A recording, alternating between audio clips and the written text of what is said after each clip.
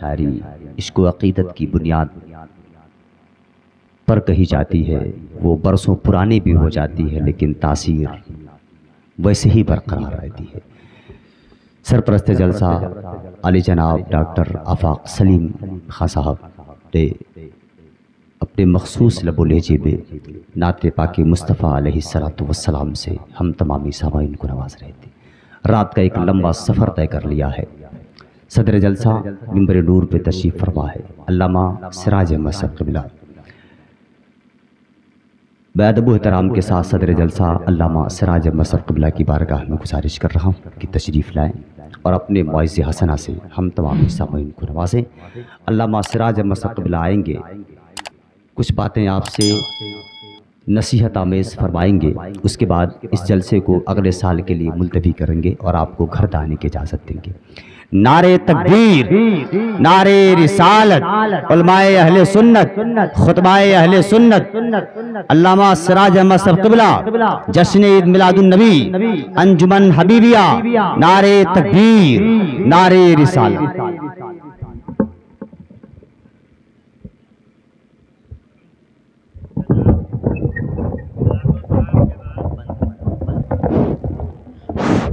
صلاۃ و سلام کے بعد آپ حضرات شیرنی لے کر کے ہی جائیں گے۔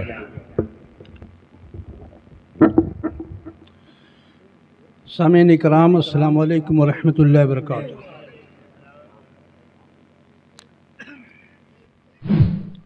آپ نے نظم و نثر میں علماء کرام کے بیانات اور شعراء کرام سے ان کا کلام سماعت کیا۔ اب یہ گفتگو کرنے کا وقت نہیں ہے، پھر بھی اختصار کے ساتھ چند باتیں میں عرض کرنا چاہوں گا۔ الحمدللہ نحمدہ ونصلی ونسلم علی رسولہ الکریم، اما بعد فاعوذ باللہ من الشیطان الرجیم، بسم اللہ الرحمن الرحیم۔ قال اللہ تعالی فی القرآن المجید والفرقان الحمید، ذالک الکتاب لا ریب فیہ، صدق اللہ العظیم وصدق بلغنا رسولہ النبی الامین الکریم، ونحن علی ذالک لمن الشاہدین والشاکرین، والحمدللہ رب العالمین۔ جب جہاں میں صاحب کردار ہو جائیں گے آپ، جب جہاں میں صاحب کردار ہو جائیں گے آپ، اہل باطل کے لیے تلوار ہو جائیں گے آپ۔ بے شک بے شک۔ جب جہاں میں صاحب کردار ہو جائیں گے آپ، اہل باطل کے لیے تلوار ہو جائیں گے آپ، سارے عالم پر بہاروں کی طرح چھا جائیں گے جب بھی گہری نیند سے بیدار ہو جائیں گے آپ، اور بالیقین تاریخ اپنے آپ کو دہرائے گی ظلم سے جب برسرے پیکار ہو جائیں گے آپ۔ آئیے خلوص و عقیدت کے ساتھ بارگاہ رسالت میں حدیث درود پاک پیش کریں۔ اللہم صلی علی سیدنا و شفیعنا و نبینا مولانا محمد بارک وسلم، صلاۃ و سلام علیک یا رسول اللہ صلی اللہ علیہ وسلم۔ رات کا طویل حصہ گزر چکا، آپ نے اپنی بیداری کا ثبوت دیا، جلسہ بھی کامیابی کی منزلوں سے دوچار ہوا، اور آپ نے جس قدر اپنی بیداری کا ثبوت دیا ہے اتنا ہی آپ کا جلسہ بھی کامیاب ہوا ہے۔ میں چند باتیں آپ کے گوشے سماعت میں منتقل کر دوں۔ قرآن پاک میں اللہ تعالیٰ ارشاد فرماتا ہے ذالک الکتاب لا ریب فیہ، یہ وہ کتاب ہے جس میں شک و شبہے کی کوئی گنجائش نہیں۔ یہ قرآن پاک کی ابتدائی آیت ہے جس کو آپ بار بار پڑھتے ہیں مگر کبھی آپ نے غور نہیں کیا۔ میں آپ کو بتا دوں، اللہ تعالیٰ نے تمام انبیاء کرام کو معجزات سے نوازا مگر اپنے سرکار کو مجسم معجزہ بنایا، اور سرکار کا جو زندہ معجزہ ہے وہ قرآن عظیم ہے۔ سرکار کا جو زندہ معجزہ ہے وہ قرآن عظیم ہے، جس کتاب میں رب کائنات نے ارشاد فرمایا ذالک الکتاب لا ریب فیہ۔ جب آپ اس کی ابتدا کرتے ہیں تو آپ کہتے ہیں یہ وہ کتاب ہے، آپ پڑھتے ہیں یہ وہ کتاب ہے جس میں شک و شبہے کی کوئی گنجائش نہیں۔ یہ اہل عرب کی زبان میں نازل ہوا تھا، آج اسے آپ پڑھتے ہیں، آپ عربی میں آپ پڑھتے ہیں مگر یہ اہل عرب کی زبان میں نازل ہوا تھا، اور یہ وہ مقدس کلام ہے کہ جس زبان میں یہ کلام نازل ہوا تھا انہیں اپنی زبان پر بڑا ناز تھا۔ سب معلقات کے شعراء میں سے ایک شاعر ہیں ربیعہ ابن کعب اسلمی رضی اللہ تعالیٰ عنہ۔ آپ کو معلوم ہونا چاہیے کہ عرب کا ایک بازار لگتا تھا جسے بازار اوکاز کے نام سے جانا جاتا تھا۔ اس بازار میں سالانہ ایک مشاعرہ ہوتا تھا، جس مشاعرے میں جس شاعر کا کلام سب سے بہتر ہوتا تھا اس کو کعبہ کے دروازے پر آویزہ کر دیا جاتا تھا، جو 1 سال تک اس بات کی علامت ہوتا تھا کہ اس سے بہتر کوئی کلام نہیں۔ اس سے بہتر کوئی کلام نہیں اور نہ اس سے بہتر کوئی شاعر ہے جو اتنا اچھا شعر پیش کر سکے۔ اور جب اس کا انتخاب ابو جہل نے قرآن کو کا جواب دینے کے لیے پیش کیا تو آپ کو معلوم ہونا چاہیے کہ قرآن ہی نے یہ کہا تھا کہ ان کنتم فی ریب مما نزلنا علی عبدنا فاتوا بسورۃ من مثلہ ودعوا شہداءکم من دون اللہ ان کنتم صادقین۔ اگر تم قرآن کو خدا کا کلام نہیں مانتے، قرآن کو محمد رسول اللہ کی جانب سے بنایا ہوا کلام کہتے ہو تو قرآن جیسی کوئی ایک صورت بنا کر پیش کر دو۔ انتخاب کیا ابو جہل نے، میں بہت مختصر کر رہا ہوں اپنی گفتگو، انتخاب کیا ابو جہل نے ربیعہ ابن کعب اسلمی کا، جو عرب کے سبع معلقات کے شعراء میں سے ایک شاعر تھے، جن کا بہترین کلام کعبۃ اللہ کے دروازے پر آویزہ ہو کر اس بات کی ضمانت بن گیا تھا کہ عرب میں اس سے بڑا کوئی شاعر نہیں ہے، اور جو شاعر ہوتا ہے وہ اپنے ادب کا اور اپنی زبان کا سب سے بڑا ادیب اور سب سے بڑا شاعر ہوا کرتا ہے جو اپنی زبان کی ترجمانی کرتا ہے، اپنے ادب کی ترجمانی کرتا ہے۔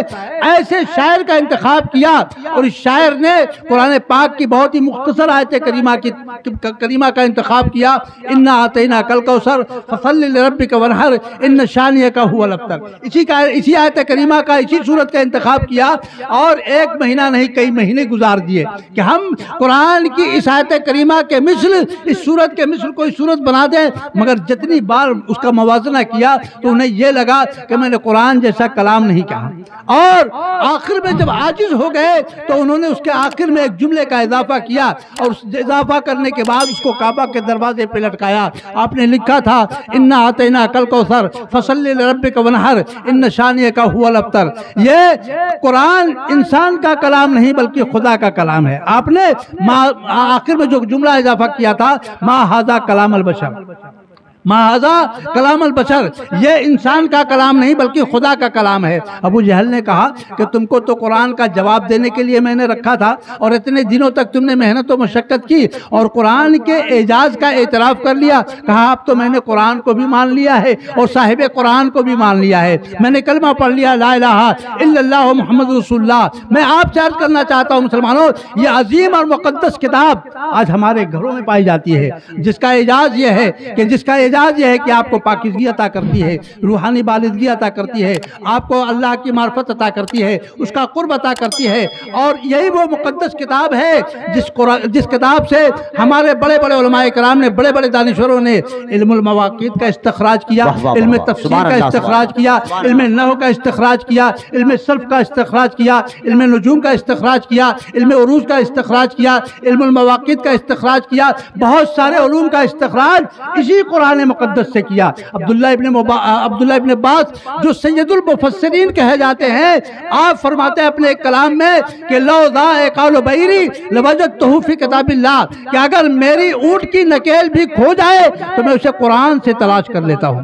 آپ ذرا غور کریں کہ آپ فرماتے ہیں اگر اونٹ کی نکیل بھی کھو جائے تو میں اسے قرآن سے تلاش کر لیتا ہوں۔ کسی نے امام غزالی سے پوچھا تھا کہ قرآن پاک میں ہے کل فی فلک یسبحون، قرآن کے سورج اپنے گھیرے میں چلتا رہتا ہے، کہا کہ اس کی تو ایک چال بتائی گئی ہے، کہا کہ ایک ہی سب سے قرآن اس کے چلنے کی، سورج کے چلنے کی رفتار بتائی گئی ہے، دوسری طرف سے نہیں بتائی گئی۔ آپ نے کہا کہ اسے الٹا پڑھ لو تمہیں سمجھ میں آ جائے گا، کہا آپ اس کو پڑھیں گے جب الٹا تو پھر وہی جملہ ہوگا کل فی فلک یسبحون، کہ یہ سورج اپنے گھیرے میں چلتا رہتا ہے۔ قرآن کا اعجاز یہ ہے کہ اس کو جس قدر گہرائی سے دیکھو گے یہ آپ کے دل میں اترتا چلا جائے گا۔ آج یہ پاکیزہ کتاب ہمارے گھروں میں ہے، ہمارے بزرگ، ہمارے نوجوان اس کتاب کو پڑھنے کی بھی کوشش نہیں کرتے۔ آج ہمارا یہ حال ہے کہ بچوں کو سڑکوں کے راستے پر کھڑے کر کے ان کو ٹائی پہنا کر بہترین لباس میں سجا کر ہم سڑکوں کے راستے پر اسکولی بس کا انتظار کرتے ہیں جو آپ کے بچے کو دینی تعلیم عطا نہیں کرتی۔ مگر آپ ذرا سوچیں مسلمانوں، آج ضرورت ہے کہ بچوں کے ہاتھوں میں قرآن دے دو، آج ضرورت ہے کہ ان کو نبی کا طرز زندگی سکھا دو، آج ضرورت ہے کہ سرکار کا اسوہ حسنہ بتا دو، ورنہ آپ سوچو کہ ہمارے بزرگوں نے کتنی محنت کی۔ میں آپ کو ایک واقعہ بتا کے اپنی گفتگو ختم کر دیتا ہوں۔ ایک بہت ہی مشہور صحابی ہیں حضرت عبدالرحمن مرزوق رضی اللہ تعالیٰ عنہ، وہ 20 سال تک میدان جہاد میں رہتے ہیں، ایک دو سال نہیں، 20 سال تک میدان جہاد میں رہتے ہیں، اور 20 سال کے بعد جب وہ مدینہ کی گلیوں میں آتے ہیں تو سر فخر سے بلند ہے، ایک محاذ سے دوسرے محاذ پر، دوسرے محاذ سے تیسرے محاذ پر آپ کو بدلا گیا، اور بدلتے بدلتے اتنے محاذ بدلے کہ آپ نے 20 سال میدان جنگ میں گزار دیے، اور جب بننے واپس لوٹے تو غازی بن کر لوٹے۔ جاتے وقت اپنی بیوی کو 30,000 درہم دیا تھا، 30,000 درہم دیا تھا، اور 30,000 درہم دینے کے بعد جب واپس آئے نا تو مدینے کی گلیوں میں بڑی شان سے آ رہے ہیں، ہاتھ میں نیزہ ہے، تلوار میان میں لٹک رہی ہے، ترکش آپ کے کندھے پہ ہے، اور بڑے فخر سے آ رہے ہیں کہ میں مجاہد ہوں، اسلام کی تحفظ و بقا کے لیے میں نے راہ جہاد میں 20 سال گزارے ہیں۔ جب گھر کے دروازے پہ آئے اور داخل ہونے کا ارادہ کیا تو کھڑے نوجوان نے آپ کا بازو پکڑ لیا اور کہا کہ آپ میرے گھر میں بغیر میری اجازت کے کیسے داخل ہوتے ہیں؟ آپ کیسے داخل ہو سکتے ہیں؟ آپ نے اس کا بازو جھٹک دیا، کیونکہ آپ تو مجاہد تھے ہی، بازو جھٹک دیا اور کہا کہ تم مجھے روکنے والے کون ہوتے ہو؟ اندر سے خاتون خانہ نے دیکھا اور دیکھنے کے بعد کہا کہ بیٹے انہیں اندر آنے دو، کہا انہیں اندر آنے دو، یہ تمہارے باپ ہیں، 20 سال کا عرصہ گزار کے آئے ہیں مگر باپ بیٹے کو نہیں پہچانتا، بیٹا باپ کو نہیں پہچانتا۔ جب اندر داخل ہوئے نا تو سب سے پہلا سوال کیا، 30,000 درہم دے کر گیا تھا، 30,000 درہم دے کر گیا تھا، اسے کیا کیا؟ مگر نماز عصر کا وقت ہو رہا تھا، بیوی نے کہہ دیا کہ جائیے نماز پڑھ لیجئے، اس کے بعد پھر آ کر پوچھئے گا۔ جب آپ نماز پڑھنے کے لیے گئے تو جماعت ختم ہو گئی تھی مسجد نبوی میں، اور آپ جب سہنے مسجد نبوی میں داخل ہوئے تو داخل ہونے کے بعد آپ نے نماز پڑھی، فارغ ہو گئے تو دیکھا صحابہ کرام کا ایک جمع غفیر ہے اور سب کے سب بیٹھے ہوئے ہیں۔ ایک نوجوان بڑی روانی کے ساتھ حدیث پاک بیان کر رہا ہے، بڑی روانی کے ساتھ حدیث پاک بیان کر رہا ہے۔ آپ نے لوگوں سے پوچھا کہ یہ کون نوجوان ہے؟ لوگوں نے بتایا کہ عبد الرحمن مرزوق کے صاحبزادے ربیعۃ الرائے ہیں، جو مدینہ کے 7 مشہور محدثین میں سے ایک محدث ہیں۔ جب آپ کو یہ معلوم ہوا کہ یہ میرا ہی بیٹا ہے، یہ میرا ہی بیٹا ہے تو سر فخر سے اونچا ہو گیا۔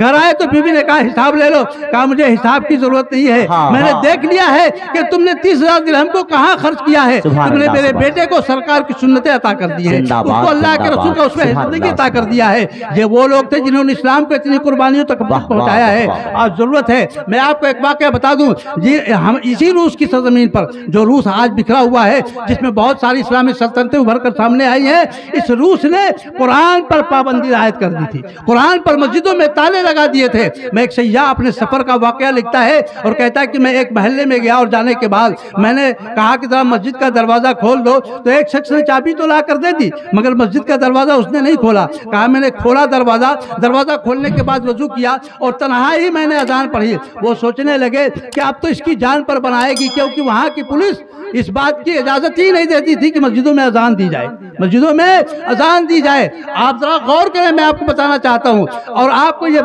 یہ سوچنے کی بھی ضرورت ہے۔ اس نے کہا کہ میں نے تنہا اذان پڑھی اور تنہا ہی نماز پڑھا، کیونکہ انتظار کرنے کے بعد بھی کوئی نماز پڑھنے کے لیے نہیں آیا، سب خوف زدہ تھے، نماز پڑھنے کے لیے کوئی نہیں آیا۔ کہا کہ میں ایک گھر میں داخل ہوا، میں نے کہا ذرا قرآن پاک دے دو، میں تلاوت کرنا چاہتا ہوں۔ کہا کہ قرآن کا ایک ورق بھی ہمارے پاس نہیں ہے، قرآن کا ایک ورق بھی ہمارے پاس نہیں ہے۔ ایک نوجوان بچے کو لایا، کہا کہ اگر آپ کو قرآن سننا ہے تو سنا دے گا، کہا اگر قرآن سننا ہے تو سنا دے گا۔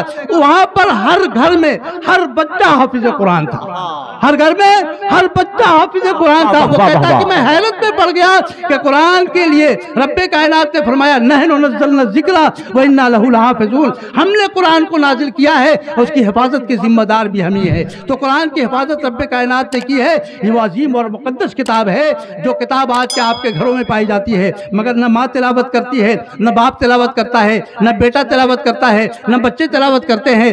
جو کتاب آپ کی زندگی تبدیل کر کے رکھ دے، جو آپ کو شاہراہ ہدایت پر گامزن فرما دے، جو آپ کو رب کی معرفت عطا کر دے، اس کتاب کا یہ حال ہے کہ درس قرآن اگر ہم نے نہ بھلایا ہوتا، یہ زمانہ نہ زمانے نے دکھایا ہوتا، چاٹ لی تم نے کتب فلسفے انگلش کی، ہاتھ بھولے سے جو قرآن کو لگایا ہوتا ہے۔ اس لیے عصری تعلیم بھی ضروری ہے، مگر میرے آقا نے فرمایا اطلبوا العلم من المہد الی اللحد، ماں کی گود سے لے کر قبر میں جانے تک علم دین پڑھو اور سیکھو۔ آپ سوچیں، میرے آقا فرماتے اس زمانے میں جب چین کا اتنا لمبا سفر تھا، میرے آقا فرماتے اطلبوا العلم ولو کان بالسین، علم دین پڑھو اگرچہ تمہیں علم دین سیکھنے کے لیے چین کا سفر کیوں نہ کرنا پڑے۔ آپ سوچیں مسلمانوں، آج علم دین